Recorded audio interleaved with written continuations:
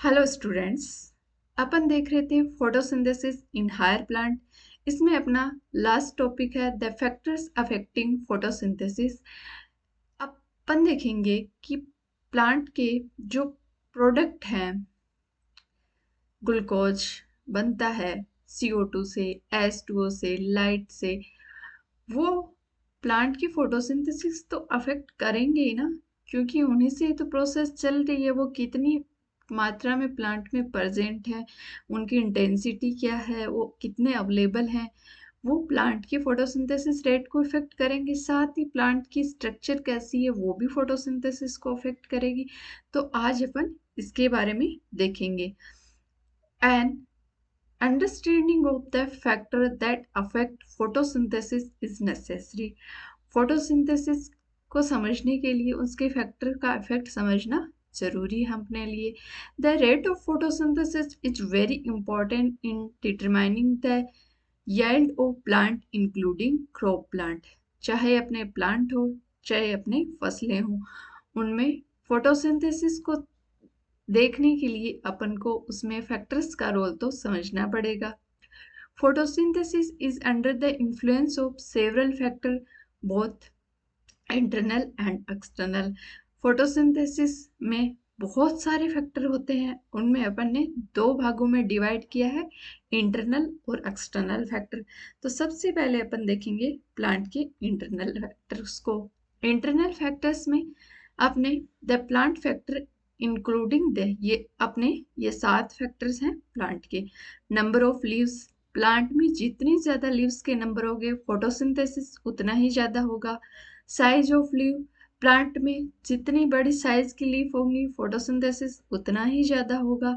As of leave, plant में young leave है तो फोटोसिंथेसिस ज्यादा होगा। ओल्ड लीव है उनको फोटोसिंथेसिस की कम जरूरत है तो वहाँ कम फोटोसिंथेसिस होगा। ओरिएंटेशन ऑफ लीव, प्लांट पे लीव सीधी लगी है, तिरछी लगी है, कैसी लगी है, उसकी ओरिएंटेशन भी फोटोसिंथेसिस इफेक्ट करेगा। मीजोफिल सेल एंड क्लोरोप्लास्ट के नंबर्स भी फोटोसिंथेसिस को इफेक्ट करेंगे। इंटरनल CO2 कंसंट्रेशन, प्लांट के अंदर कितनी CO2 प्रेजेंट है ऑब्वियसली इफेक्ट करेगी, क्योंकि उसी से तो आगे ग्लूकोज का फॉर्मेशन होना है। The amount of chlorophyll, plant में कितना क्लोरोफिल प्रेजेंट है उससे भी फोटोसिंथेसिस रेट इफेक्ट होती है।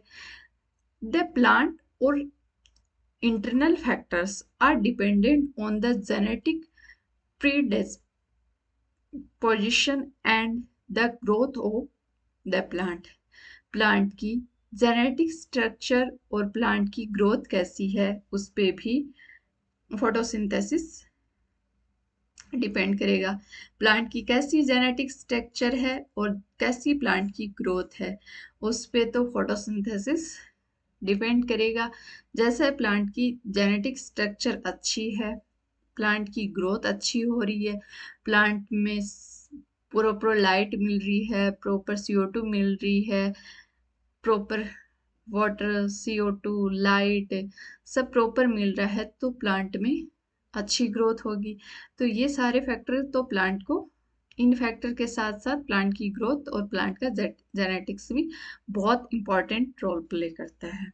अब अपन देखेंगे प्लांट के एक्सटर्नल फैक्टर। एक्सटर्नल फैक्टर में बच्चे अपन को 4 देखने हैं, light, temperature, CO2 and water. तो अपन स्टेप बाय स्टेप सबको देखेंगे। पहले अपन जनरल देखते हैं। As a plant photosynthesis, all these factor will be simultaneously effect the its rate. Plant को सारे फैक्टर इफेक्ट करते हैं साइमल्टेनियसली। रेट्स मतलब एक फैक्टर की बात नहीं है प्लांट में, ये जो सब सारे फैक्टर्स हैं, अपन एक्सटर्नल फैक्टर की बात करें, ये साइमल्टेनियसली इफेक्ट करते हैं। मतलब प्लांट, एक प्लांट है,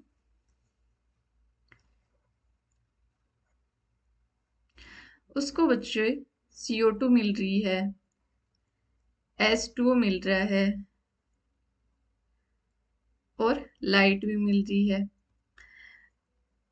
अब प्लांट के पास एक CO2 मॉलिक्यूल है, 3 लाइट के मॉलिक्यूल मिल रहे हैं उसको, और 2 O2 में H2O मिल रहे हैं उसको, तो प्लांट ग्रोथ कर रहा है। अब प्लांट को अगर अपन CO2 उसके लिए लिमिटिंग फैक्टर है, क्योंकि अब अपन CO2 उसको 2 CO2 मॉलिक्यूल देते हैं तो प्लांट और ग्रोथ करता है। बट अगर बच्चे पर CO2 के मॉलिक्यूल 3 करवा देते हैं और 2 लाइट और 3 लाइट और 2 H2O देते हैं प्लांट को, तो फोटोसिंथेसिस रेट नहीं बढ़ती। अब प्लांट के लिए लाइट लिमिटिंग फैक्टर हो गया। अब बच्चे प्लांट को अपन लाइट 4 करवाते हैं तो बच्चे प्लांट में फोटोसिंथेसिस रेट फिर बढ़ेगी। पर बच्चे अपन लाइट को अगर 5 करवा देते हैं तो फोटोसिंथेसिस रेट फिर वहीं रुक जाएगी, क्योंकि अब लिमिटिंग फैक्टर प्लांट के लिए H2O है। अब अपन H2O के 3 मॉलिक्यूल करेंगे तो प्लांट की फोटोसिंथेसिस रेट फिर बढ़ेगी। यही बोल रहा है कि साइमल्टेनियसली बढ़ेगी। Hence through several factors increase and simultaneously affect photosynthesis or CO2 fixation. Usually one factor is the major cause or it's one the limiting the, मतलब एक फैक्टर लिमिटिंग है तो अपना कोज करेगा, अनदर फैक्टर अगर लिमिटिंग है तब वो अपना कोच करेगा। मतलब CO2 फिक्सेशन और फोटोसिंथेसिस रेट प्लांट के सारे फैक्टर्स के द्वारा साइमल्टेनियसली रेगुलेट होती है। Hence, at any point the rate will be determined by the factors available at suboptimal level. मतलब प्लांट पे फैक्टर्स अफेक्ट करते हैं उनको, वो जब तक वो सब ऑप्टिमम लेवल तक प्रेजेंट है तब। जब वो ऑप्टिमम से ज़्यादा हो गए, मतलब जिस कंसंट्रेशन पर होने चाहिए उससे ज़्यादा हो गए, तो वो फैक्टर अफेक्ट नहीं करेगा प्लांट को। सब ऑप्टिमम लेवल तक वो फैक्टर अफेक्ट करेगा। इसी पे अपने ब्लैकमैन का रूल है, Blackman's rule, law of limiting factors का।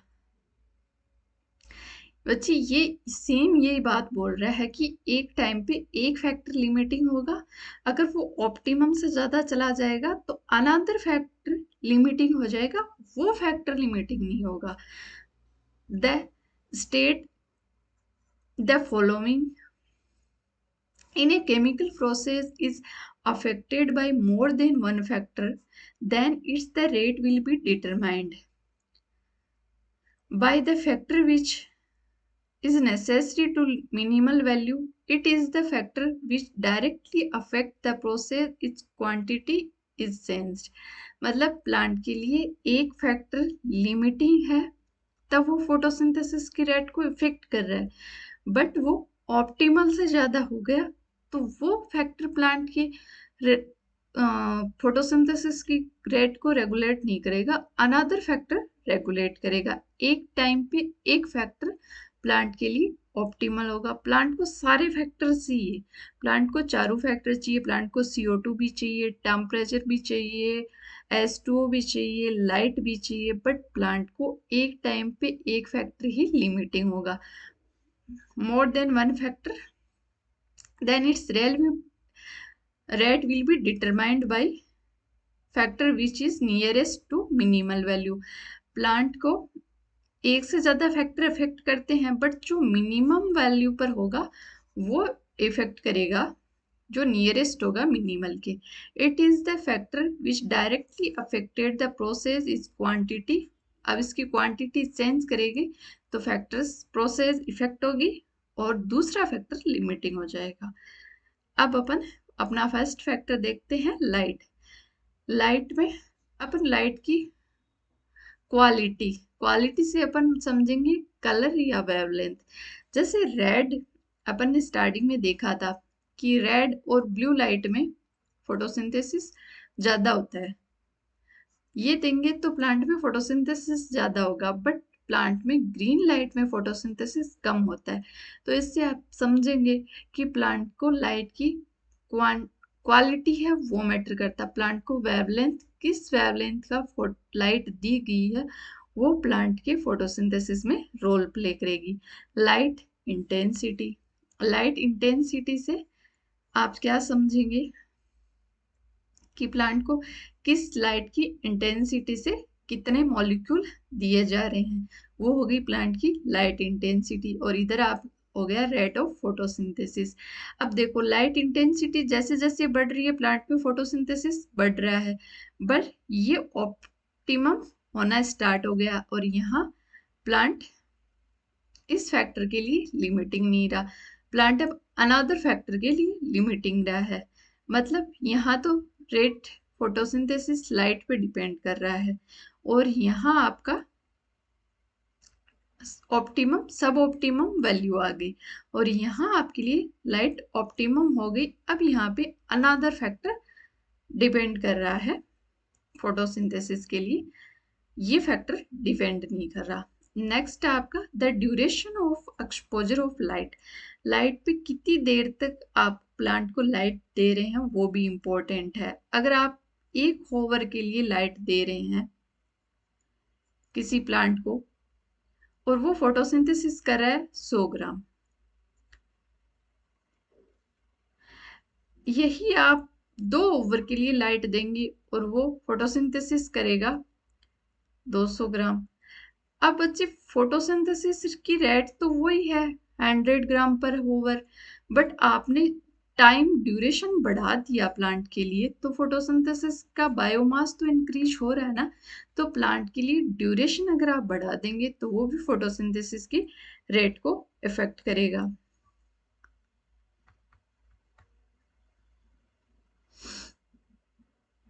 At high light intensity, at high light intensity, gradually the rate does not so further increase as other factor become limiting।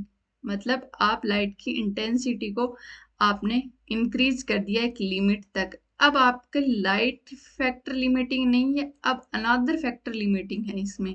जैसे अब light तो लिमिटिंग नहीं है, light पर तो जितना फोटोसिंथेसिस होना था वो हो गया, अब इसके लिए CS2 टेम्परेचर में से कोई लिमिटिंग फैक्टर है, ये बोल रहा है ये there is a linear relationship between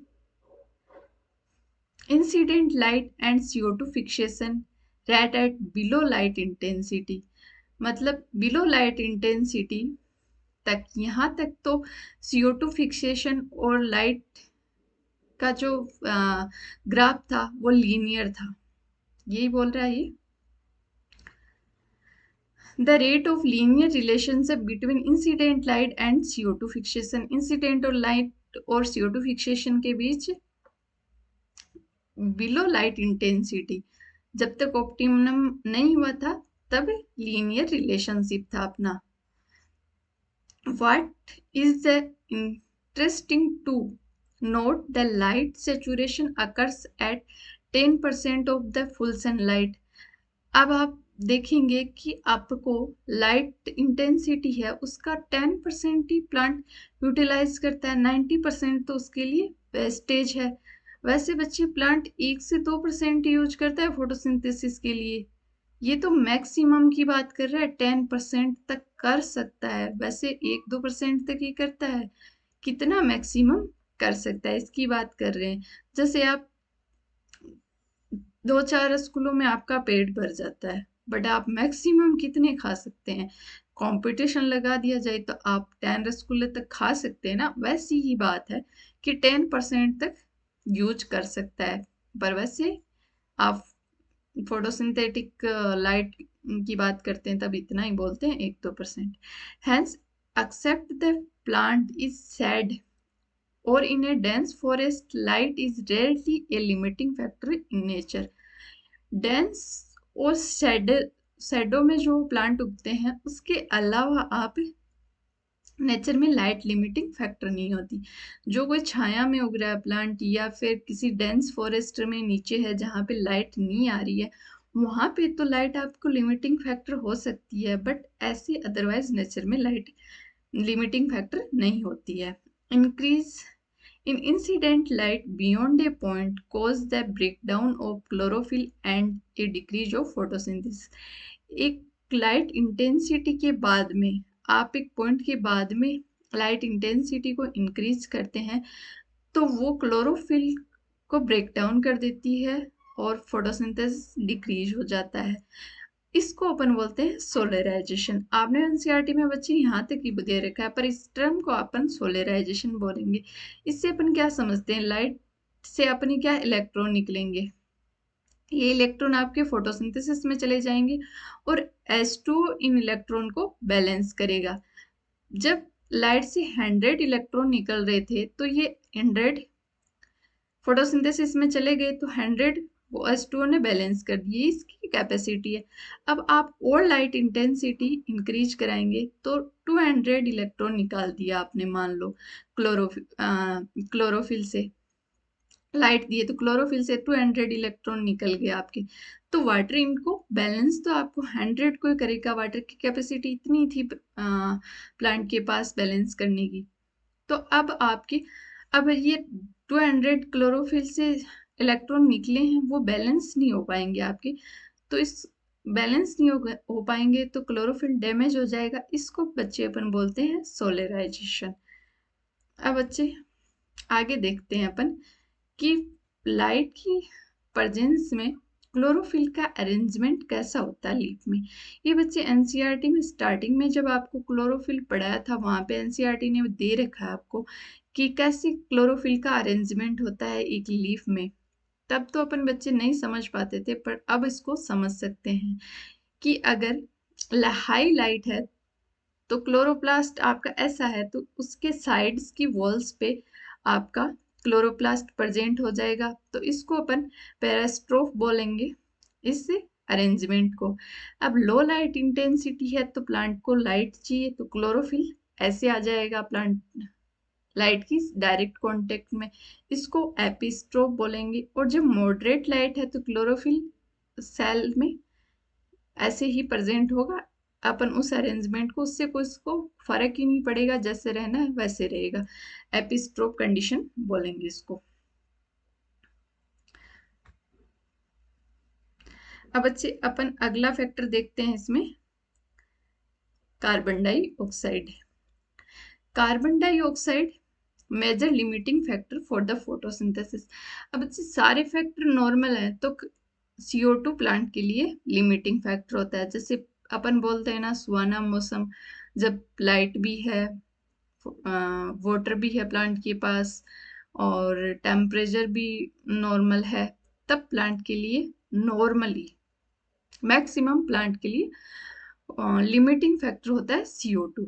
क्योंकि बच्चे CO2 प्रेजेंट होता है एनवायरमेंट में 0.3 से 0.4% तक।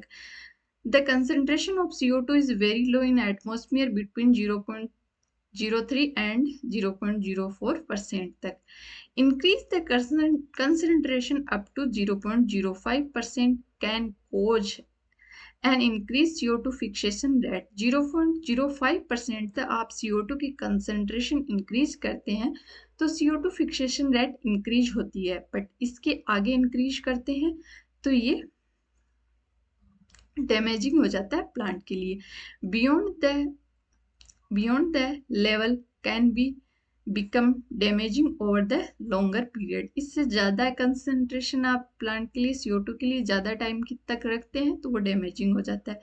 C3 and C4 plant response differently to CO2 concentration. C3 and C4 plant CO2 concentration के लिए डिफरेंटली रिस्पॉन्स करते हैं। आपने C3 और C4 प्लांट में अपन ने डिटेल से पढ़ाई है। At low light conditions neither group responds to high CO2 conditions। अब लाइट की कंडीशन ही लो है तब कोई भी ग्रुप हाई CO2 कंडीशन पर भी रिस्पॉन्स नहीं करेगा। अब डार्क रिएक्शन है तो बच्चे डार्क रिएक्शन में CO2 फिक्सेशन होता है, उसके लिए पहले आपके लिए लाइट होनी जरूरी है, तभी तो इलेक्ट्रॉन्स निकलेंगे, तभी तो फोटोसिंथेसिस स्टार्ट होगा। अब फोटोसिंथेसिस स्टार्ट ही नहीं हुआ, आपने लाइट दी नहीं, तो CO2 कंसंट्रेशन कितनी हो क्या फर्क पड़ेगा उससे प्लांट को। At high light intensity both C3 and C4 plants so increase the rate of photosynthesis। High light की इंटेंसिटी बढ़ाएंगे अपन तो C3 and C4 plant photosynthesis बढ़ेगा दोनों में। Which is the important to note, the C4 plant so saturation, C4 plant में saturation 360 litre पे आ जाता है बच्चे, और C3 प्लांट में CO2 कंसंट्रेशन saturation 450 लीटर तक तक आता है। मतलब 0.36 पर तो 0.03 पे तो CO2 कंसंट्रेशन C4 प्लांट के लिए है, बट C4 प्लांट के लिए 0.04 है।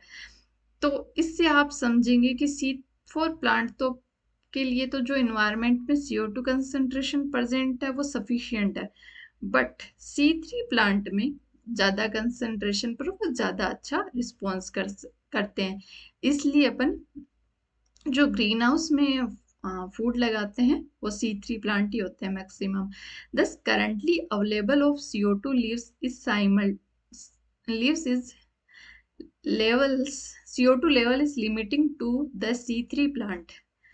C3 प्लांट के लिए CO2 मिनिमल लिमिटिंग फैक्टर है।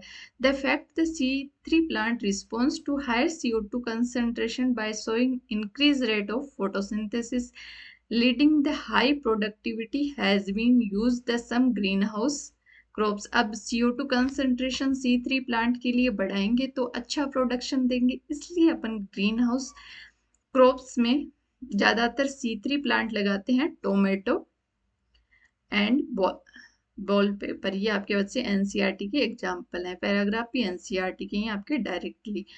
दे are allowed to grow in carbon dioxide increased atmosphere enriched atmosphere that lead to higher yield। अच्छी ग्रोथ के लिए अपन को कार्बन डाइऑक्साइड के अच्छे लेवल की जरूरत होती है। अब अपने टेम्परेचर के बारे में पढ़ लेते हैं। अपने लाइट और CO2 के बारे में पढ़ लिया। अपना तीसरा फैक्टर है temperature. The dark reaction being enzymatic are temperature controlled. अपनी डार्क रिएक्शन है वो टेम्परेचर से कंट्रोल होती हैं। लाइट रिएक्शन पे तो बच्चे टेम्परेचर का इतना क्या फर्क पड़ेगा, बट जो टेम्परेचर पर एंजाइम्स होते हैं वो ज़्यादा इफेक्ट होते हैं। Through the light reaction are also temperature sensitive, they are affected to much lesser extent. मतलब light reaction also temperature sensitive, they are affected a much lesser extent. मतलब लाइट रिएक्शन भी effect होती हैं temperature sensitive होने से। The C4 plant responds to higher temperature and so high rate of photosynthesis while C3 plant have much lower temperature। C4 plant high temperature पर अच्छा photosynthesis करते हैं, बट C3 plant को low temperature चाहिए अपना। अब इनको अपने टेम्परेट और ट्रॉपिकल के लिए बोल रखा आगे। The temperate optimum temperature optimum for photosynthesis of different plant also depend on the habit they are the adapted to।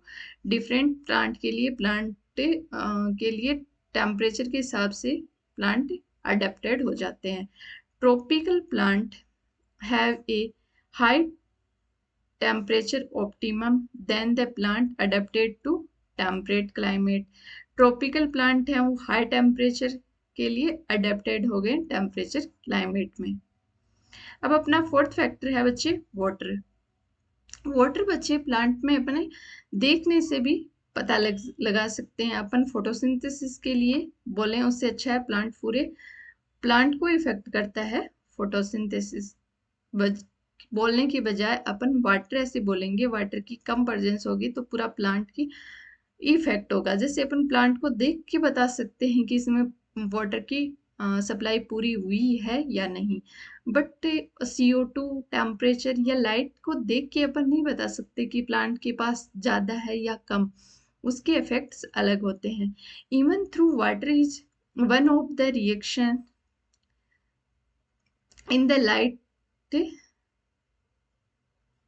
Even through water is one of the reactant in the light reaction, the effect of water as a factor is more through its effect in a plant rather than directly on the photosynthesis। photosynthesis पे effect बोलने से अच्छा है plant पे पूरे पे ही water का effect पड़ रहा है, ये कहना ज़्यादा अच्छा है। Water stress cause the stomata to close hence during CO2 availability। Water trace CO2 available है फिर भी स्टोमेटा को क्लोज करवा देता है। Besides water stress also makes leaves wilt दस reducing the surface area of the leaves and their metabolic activity as well. Water leaves जब मुरझा जाती हैं और वाटर मेटाबॉलिक एक्टिविटी भी वाटर के कारण कम हो जाती हैं। वाटर पूरे प्लांट को भी इफेक्ट करता है। तो बच्चे ये हो गए अपने फैक्टर्स फोटोसिंथेसिस को अफेक्ट करने वाले। इंटरनल फैक्टर में तो अपने जेनेटिक और प्लांट की ग्रोथ के बारे में बताया कि इंटरनल फैक्टर अफेक्ट करते हैं प्लांट को। और एक्सटर्नल फैक्टर में अपने 4 फैक्टर देखे। फर्स्ट अपन ने लाइट देखा, सेकंड अपन ने CO2 देखा, थर्ड अपन ने टेम्परेचर देखा और फोर्थ अपन ने वाटर देखा, जिसमें से अपन ने बोला कि सारे फैक्टर प्लांट के लिए लिमिटिंग होते हैं अलग अलग कॉन्सेंट्रेशन पर। एक बार में एक फैक्टर लिमिटिंग होगा, पर उसकी कंसंट्रेशन बढ़ाने पर एक लिमिट तक जाने के बाद अनदर फैक्टर लिमिटिंग हो जाएगा। और अपन ने एक चीज और बोली कि नॉर्मल कंडीशन में प्लांट के लिए CO2 लिमिटिंग फैक्टर होता है। तो इसके साथ ही बच्चे अपनी फोटोसिंथेसिस का लेक्चर कंप्लीट होता है। अब अपन मिलेंगे नेक्स्ट किसी चैप्टर के साथ। Thank you. ते दिन आप रहिए कंटिन्यू अपने पढ़ाई के साथ।